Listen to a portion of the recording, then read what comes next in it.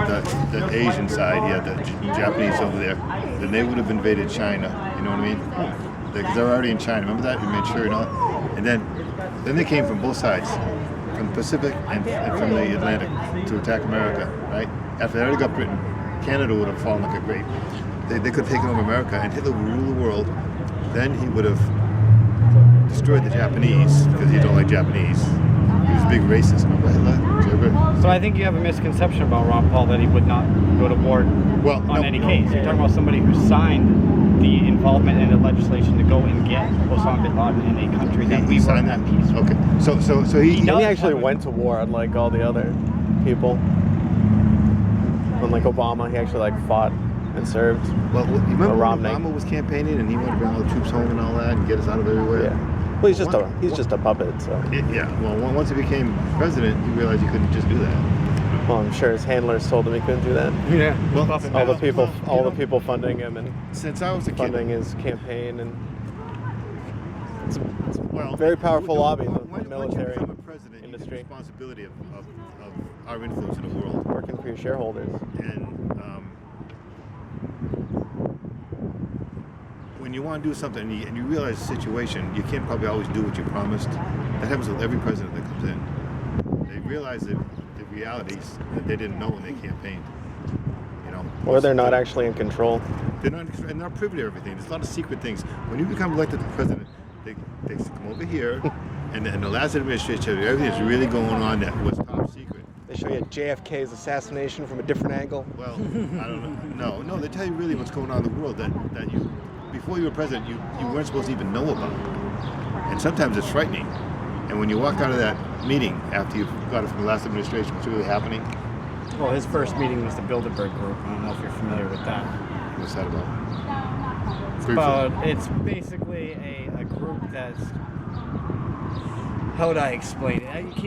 It's a very small group of very powerful people from across the globe that get together in some European country. They meet every year. G20s and G8 summits.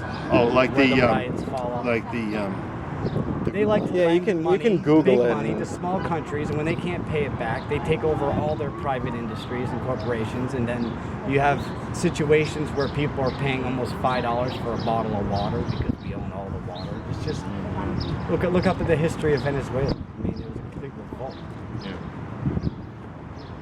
Yeah. It's just corporatism. There's powers at play that have a lot of influence that'll never show up on a ballot. Yeah. I think that's ultimately. Well, that's all behind the scenes and undercover stuff that you don't vote for, you don't know about. It's all happening clandestinely, and there's not much you can do about it. And then the people that you do vote for usually end up having to play that game once they get elected. Well, it's probably because they're over a barrel and they have no choice. Yeah, snack guy left. They're selling snacks here. Snacks. He had a monopoly on the snack market over here. All right, hey, thanks, guys. Yeah, it was nice to meet Thank you. you too. Best of luck. Good luck. No matter what the situation is, always take the lesser of two evils because I prefer good. If the greater of two evils I prefer good elected, then over evil. you're going to get a worse situation. I mean, you can't get good just like that. You got to work towards a goal. Especially when you're picking evil. You take the steps. Well, one of the two is going to get elected. So eventually after some more steps, we'll be at good. Yeah, it's a process. Yeah. It's called revolution. Lincoln was the first president of the Republican Party back in 1861 when he got elected, I guess, 1860. Yeah. But that was a new party. Nobody voted, and they didn't even like him. He was a big, ugly, blonde, funny-looking guy. Nobody even liked him. Back when the Republican Party had the black folks and the freedom folks. Yeah.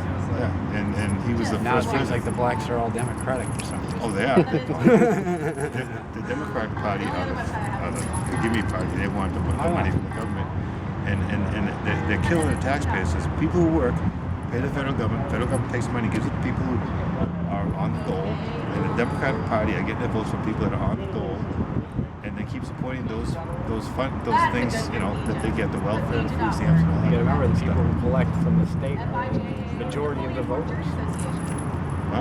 People who collect welfare and all that other stuff, whether it's the elderly or the poor, they're the ones who vote. They're getting to be. I think it's about 65, 35, or 40 See, more people work than don't work. So they're taxpayers. People that don't work, the ones that are fighting. You know, it breaks down something like that. So there's more people working to support the ones that aren't working right now. Thank God. When the people who are collecting more than are supporting the dole system, doling out money, when they become the majority, it's going to run out. You hear it all the time about Greece and Europe, how they had the euro dollar and they tried to combine their economies because they're all failing, and even that is failing now. Greece, they're riding over there because monetary collapse. The government cannot pay the entitlements that people have been getting from the government for all these years, and it's collapsing on them. And they're having rioting because they're saying, okay, you've been getting it for 20 years, no more. They say, what are you talking about? What are you talking about? And they go rioting. They whip up all their money. They ran out of bucks. Officially the last ones here. Yeah. They ran out of money because it's so crazy. It's like killing a golden goose. The golden goose lays all these eggs. So they say, well, we've got all the eggs for today. Let's make a goose supper with the goose.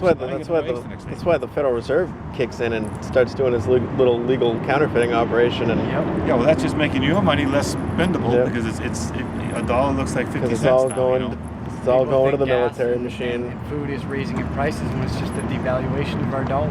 I used to buy ice cream. And inflation on top of that. Same thing. I used to buy a little half gallon of ice cream down at Hannaford's brand for $2.19, chocolate chip.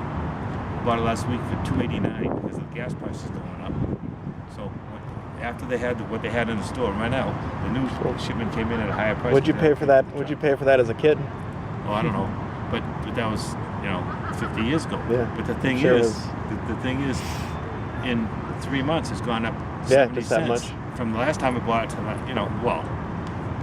a month ago I bought it for $2.19, but now it's $2.89, 70 cents. But to say that we shouldn't vote for Ron Paul because foreign policy, our country is in trouble because of financial problems. Something Ron Paul could take care of. We keep picking else fights. Would. He doesn't care what people think. He'll do shit. He'll get things done. Yeah. But I then, know. but Can't then be the you bully weigh on the your playground. options. Like, are you want to protect America? Do you or do you want to save the American economy? I think the American economy is basically what we need to fix. Then we could have a stronger military force. Bring our troops home. I feel safer. You're right about that, but like you started saying, troops like do you do nothing this but, and do that. You have to do both. But you're right. You have to have a strong economy here. For preemption. A high tide. We're threatening to cut the military pay for our military veterans. Obama did threaten that. It was almost 4 months ago. He said, we're in trouble. You don't pass this. I'm going to have to cut down the elderly and the military pay. My brother's in the military. Chop them up.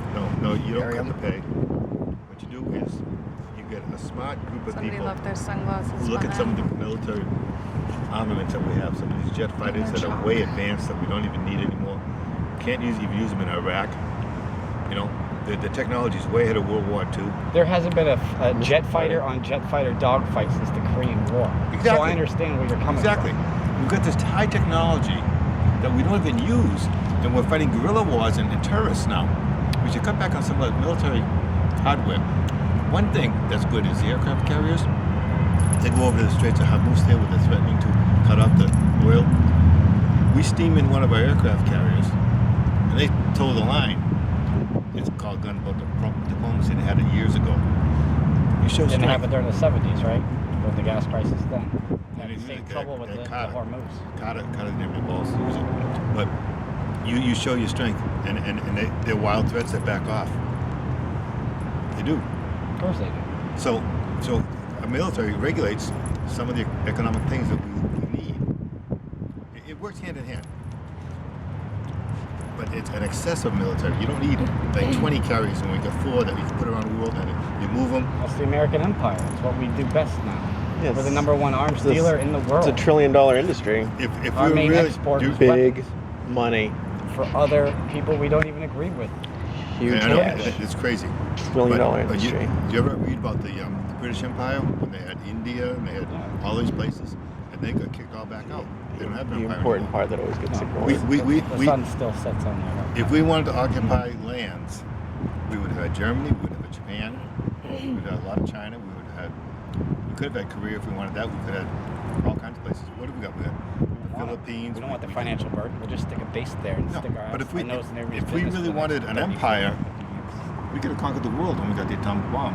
We could have conquered Russia when they were thing about expanding an empire, as soon as it stops, it collapses.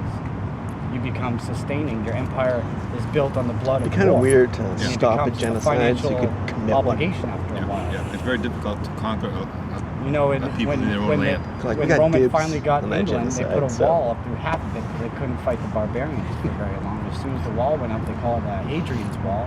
It was over. They collapsed. I'd be so confused. Well, there's different reasons for Rome collapsing. Yeah, there was a bunch of reasons. Yeah. But anyway, it's very interesting to talk to you. Yeah, it was good talking to you. Best of Okay. luck. Take care. Thank you very much. Still some more Thank you for libertarians your on the signature. channel. Yeah, yeah. You know, the more voices that speak out, the better the conversation, and Definitely. things change. Things change by the debates and stuff like that, because they bring up issues that people that think that have been important. Want to go with us and go get stoned? I'm just kidding. No. Yeah, I'll tell you a story. When I was in the military, when I was in the Air Force, Is there Peter Frampton in this story? no, Oh. in 1967. Remember the. Do you know anything about the 60s and the I know a lot about this. the hippie culture then, Yeah. and the drugs and everything? Well, Drop out. I was in Arizona, and I went to one of these. I went out to one place, and it was a hippie family. And man, they were dressed in colors, and they had all kinds of things, and the children were dressed like them. There's a lot of kids at the event. They looked today. really funny. There was. But anyway, everybody was trying different kinds of drugs, and the guy I worked with who was just getting out of the service, I took over his desk, and he trained me because he didn't leave right away. One day we were there, and he said, "Hey, try one of these." I said, "What is it?" He says, "It's LSD." I said, "Oh, right. I don't know if I want to do Yeah, that." don't put that in your pocket. Why? Because it'll seep into your skin. Really? Yeah. Anyway. It's like citric acid. And That's then how you you will take it. trip It goes into hard. your pores. Anyway, I had it for a while, and I threw it away. So. I never actually took it, Yeah. but my brother sold it, so I would touch it so I could get a little buzz off it. It would be absorbed into my skin. Put it under your pillow at night just to Yeah. absorb it. Well, what was it? SLC Jimi Hendrix pumps. used to It's put like it in. saying Eisen.